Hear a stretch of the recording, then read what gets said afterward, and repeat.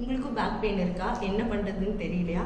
So இப்போ இருக்கிற life ஸ்டைலில் பேக் பெயின் வந்து ரொம்ப ஒரு காமனான ப்ராப்ளம். மோஸ்ட்லி எல்லாத்துக்குமே இருக்குது. பேக் பெயின் வந்தால் என்னெல்லாம் பண்ணக்கூடாது?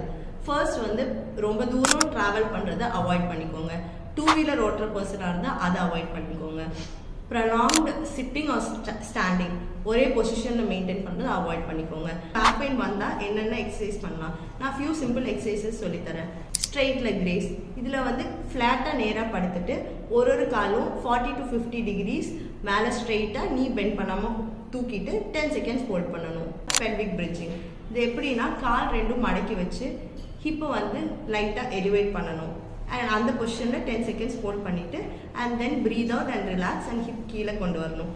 Child pose. இதில் வந்து முட்டி போட்டுட்டு உட்காந்துட்டு கை ரெண்டும் நீட்டிட்டு முன்னாடி வரணும். Cat and camel exercise.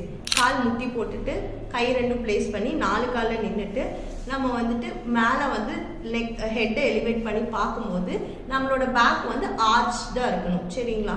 அதில் 10 செகண்ட்ஸ் ஹோல்ட் பண்ணணும். அதே மாதிரி ஹெட்டை வந்து கீழே பார்க்கணும். அப்போ நம்ம பேக் வந்துட்டு டோம் ஷேப்பில் இருக்கும். இது 10 செகண்ட்ஸ் ஹோல்ட் பண்ணணும். டாக்டரோ ஒரு ஃபிசியோதெரபிஸ்ட் கிட்ட கன்சல்ட் பண்ணதுக்கு அப்புறம் நீங்கள் வந்துட்டு ப்ராப்பராக டயக்னோஸ் பண்ணிவிட்டு ட்ரீட்மெண்ட் எடுங்க.